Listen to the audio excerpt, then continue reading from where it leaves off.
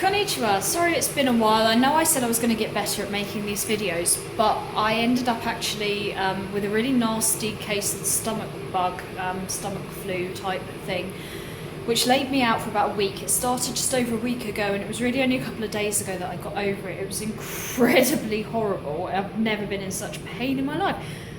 For that, I've actually got my appetite back, so I thought, well, what shall I do as a video for a kind of comeback? I will do another Cooking with Sez video.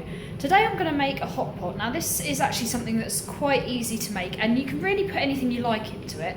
I keep mine fairly simple, but it's quite effective. So basically what you need is a pan with some oil in it. Just a little bit of vegetable oil, that's all you need. What I like to do is brown off the meat that I'm going to put in it. You can use lamb or beef. I'm using diced lamb today, so that will just go in as it is. 1 carrot, it's in a plastic bag right now. 1 onion, and some potatoes. I say some potatoes because you don't actually know at this point exactly how many you're going to need, but all will become clear shortly. The only other thing you need as well is your stock. So I have 1 vegetable stock cube ready to go. All you need to do is boil some water and fill that up. You need about 1 litre, so a litre jug like this will do. You boil up the water, add it, whisk it up until you've got your solution for that. The only other thing I'm going to do as well is turn my oven on to 180 degrees. It does take a couple of hours to cook this meal, so it's not something that you're going to necessarily do quite quickly, but it is quite a simple thing and it does taste really, really nice. Okay, so what I've done, I'll start over here actually. I've browned off the meat and I've diced up some carrots into discs. That's all in the glass container ready to go in the oven. This is the vegetable stock here, which I've mixed up. That's ready to go and be poured over everything. And at the moment, I'm just browning, well, I'm sort of lightly sweating, I suppose, some onions and mushrooms. I'm only going to do this for a couple of minutes in the meat juices that are left over from the lamb. I mean, the lamb, don't worry if it's not completely cooked through in each of the chunks. It will cook more in the oven, obviously. And it's going in the oven for about 2 hours anyway, so by the time it's been in the oven for 2 hours, it'll be fine. So actually I think that's about ready. That's about what I wanted. So I'm just going to turn the heat off there, and I'm going to add that to my lamb and carrots over there, and then I'll take you through the next step.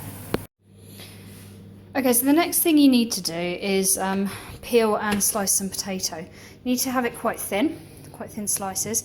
And what you're going to do is just layer these over the top. So what you want to do is give your meat and your veg a bit of a good old mix there. I might actually give that a bit more of a mix.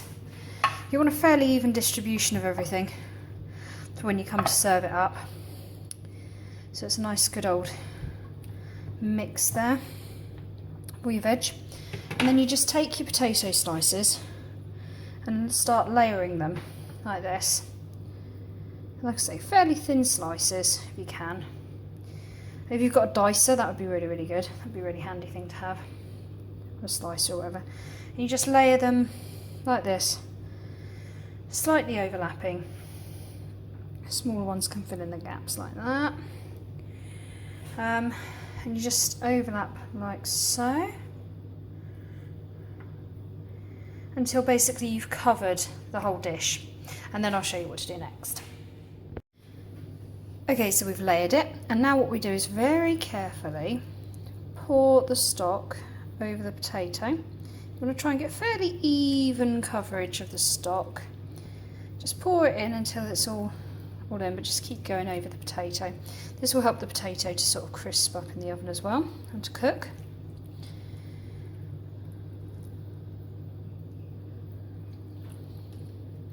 Now this is my variation on the dish anyway, so you can pretty much make it however you want. So once that's all in there, what I like to do is add a little bit of seasoning. So we'll come over here and we'll grab my lovely little owl-shaped pepper pot thing. A little bit of black pepper over the top. I also like to use some herbs, so I've got a few in my cupboard. Bear with me, it's probably making you nauseous.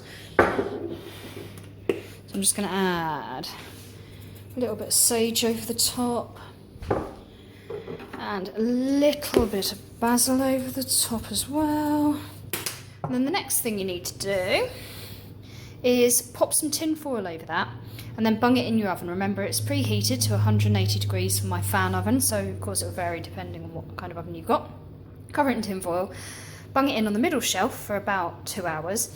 What I like to do is about half an hour before it's due to come out the oven, I take the tin foil off and let it cook for the next half hour. Then it's ready to serve. So I'm going to cover this up, bung it in my oven. I'll show you the outcome in a couple of hours' time. So as you can see, the potatoes are nicely browned off now because I had the cover off for the last half hour. It smells really, really good, and I'm going to dish it up and then we'll see what Dave thinks of it as well. Dave has eaten his dinner. This is his post-dinner eating pose. What did you think of the dinner, Dave? Very good. Very good. Did you like it? Well, you asked for it. You asked me to cook it, so I cooked it. You're not being very enthusiastic, Dave. No, it was really, really good. I'm just spaced out. Oh, okay. Why, are you digesting it or something? Yeah. Okay. But you did enjoy it. That's the main thing. Yeah. It's not very helpful for my vlog, but thanks anyway. Well, I'm not saying that I enjoyed it. Well, yeah, I know, but I was hoping for a little bit more enthusiasm, quite frankly. It was the best hot pot ever. Yep, that'll do. Everyone should eat it. Make it now. There you go. That's from Dave. And so that was my cooking with Sez video. That was my hot pot. Until next time.